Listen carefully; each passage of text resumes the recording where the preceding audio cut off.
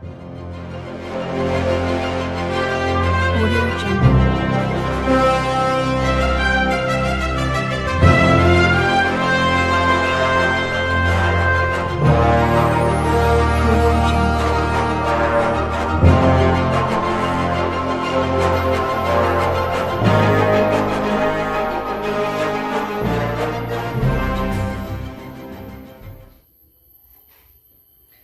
Assalamualaikum warahmatullahi wabarakatuh guys. Jumpa lagi kita dalam channel menjadi dokter pribadi tanaman jagung Anda. Be your own coach. Dalam kesempatan ini kita akan mencoba menjawab pertanyaan-pertanyaan yang dikirimkan kepada kami dalam rangkaian budidaya tanaman jagung. Kami menyadari dengan banyaknya pertanyaan yang ditujukan kepada kami, baik secara langsung by WA, SMS, maupun langsung di YouTube dalam kolom komentar. Kami akan membahasnya secara tuntas dan detail. Terutama tujuannya adalah untuk meningkatkan kapabilitas, penambahan wawasan dan pandangan ke depan dalam rangkaian budidaya tanaman jagung, sehingga bisa meningkatkan produksi dengan baik dan benar dengan kualitas yang tinggi. Dalam kesempatan ini, saya mengucapkan terima kasih atas respon positif dari bapak-bapak, teman-teman, ibu-ibu, petani maju Indonesia dalam rangkaian untuk menambah kapabilitas, terutama untuk meningkatkan produktivitas pada tanaman jagung yang kita budidayakan. Respons positif tersebut menimbulkan semangat untuk terus berkarya bagi kemajuan bangsa Indonesia.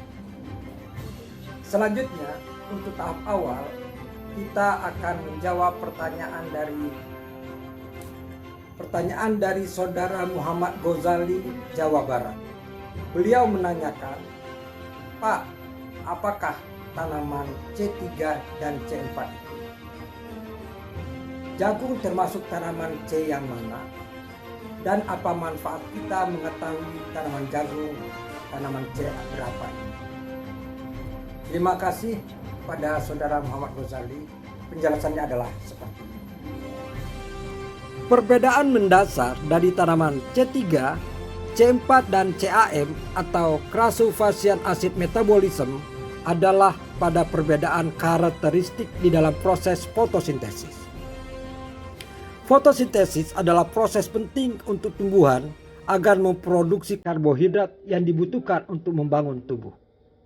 Fotosintesis membutuhkan bahan berupa karbon dioksida dan air dan menggunakan energi sinar matahari untuk memproduksi karbohidrat. Proses fotosintesis dibagi menjadi dua, yaitu reaksi terang dan reaksi gelap.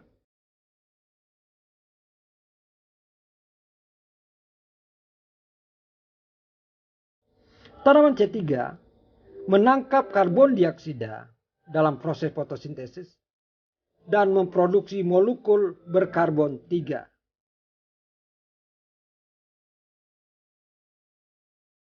Sedangkan tanaman C4 menangkap dan memfiksasi karbon dioksida dan memproduksi molekul berkarbon 4. Sehingga disebut dengan tanaman C4. Tanaman C3 dan tanaman C4 menangkap karbon dioksida di mesofil dan siklus Calvin yang berada di sel seludang pembuluh. Sedangkan tanaman CAM memproduksi molekul berkarbon 4 dengan menangkap karbon dioksida di malam hari dan siklus Calvin saat siang hari. Tanaman C3 dapat berfotosintesis lebih baik dari tanaman C4. Pada tanaman C3, fiksasi karbon dioksida berlangsung di siklus Calvin, di mana pada siang hari stomata terbuka penuh.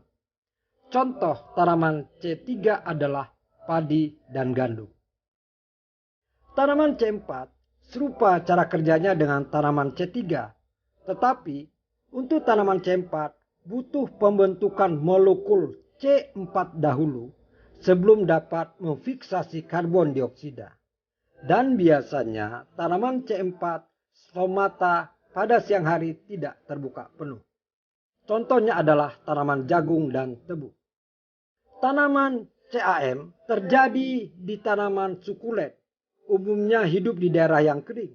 Perbedaan CAM dengan tanaman C4 adalah tanaman CAM membuka stomata ketika malam hari dan stomata tertutup pada siang hari. Contohnya adalah kaktus, nenas, paku-pakuan, dan teratai. Tanaman jagung adalah tanaman C4 yang dapat beradaptasi dengan baik terhadap faktor pembatas pertumbuhan dan komponen hasil. Salah satu karakter tanaman jagung sebagai tanaman C4 misalnya adalah daun memiliki laju fotosintesis lebih tinggi apabila dibandingkan dengan tanaman C3. Fotorespirasi yang rendah dan efisiensi dalam pemanfaatan air. Jagung merupakan tanaman C4. Disebut demikian sebab hasil dari siklus Kelvin merupakan asam yang berkarbon 4. Tanaman C4 dapat beradaptasi dengan baik di tempat panas dengan iklim tropis, juga dapat beradaptasi dengan baik di iklim sedang dan temperat. Jagung tidak mengikat oleh kandungan karbon dioksida secara langsung, sehingga tanaman jagung umumnya membutuhkan sinar matahari langsung dalam proses fotosintesisnya, yaitu rata-rata 8-9 jam per hari. Di dataran tinggi hal ini tidak bisa ditemukan sehingga umur tanaman akan bertambah panjang 10-15 hari bila dibandingkan dengan di dataran rendah untuk varietas yang sama.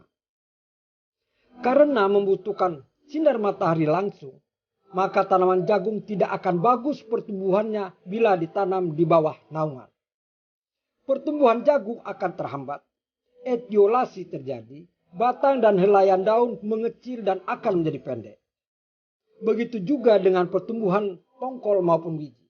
Sehingga kita menyarankan jangan menanam jagung di bawah naungan.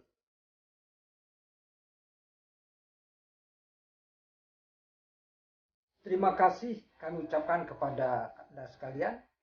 Kami doakan agar senantiasa berada dalam lindungan Tuhan Yang Maha Kuasa, senantiasa maju Indonesia, serta berhasil dalam budidaya tanaman jagung.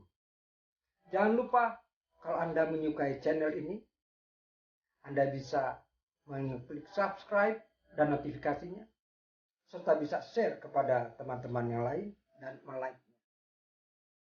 Dan semoga berkenan. Assalamualaikum warahmatullahi wabarakatuh.